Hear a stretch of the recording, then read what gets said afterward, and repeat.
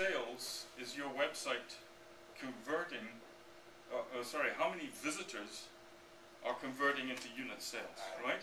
Does that make sense? Sure. And how many dollars per visitor are you getting from this? So that's the basic return ROI calculation that you want to put together for your website. So how do you get these measurements? You know, you know, where do you get this information from? Well, there's numerous ways, but the easiest way, and I would recommend the most effective way, is to install a tool called Google Analytics to your website. And Google Analytics is a free service, and essentially what you do is you just copy and paste some code from Google Analytics to every single page on your website, and it will give you this data. But one of the things I want you to just appreciate is once you've got this set up, you're starting to measure your conversion rate, or you put in Google Analytics, you're starting to measure your conversion ratios. The typical conversion ratio that you will get on any website is 0.5%. 0.5% is pretty good. No, I'm serious, and that's what it is. Well, 0.5%, and depending on the nature of like your business, maybe even less than that. Now, what that means is that for every unit sale that you make, you have to have 200 visitors coming to your website. That's what that means, right?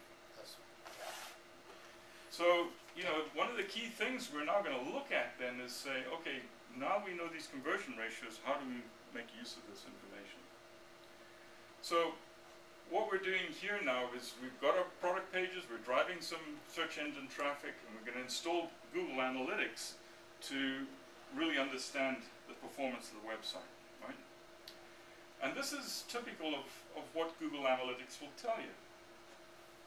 This is just the, once you put this on your website, it's going to tell you how many visitors are coming every single day, all right?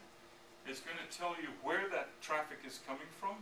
Is it coming from search engines, or is it coming from articles, for instance, that you've written, or from Twitter, or LinkedIn, or if you put a Facebook ad out, it'll tell you where that traffic is coming from. So you actually know the source of that traffic. Now that's valuable information, because when you start doing a marketing campaign, you want to understand what areas are actually generating traffic. Sure.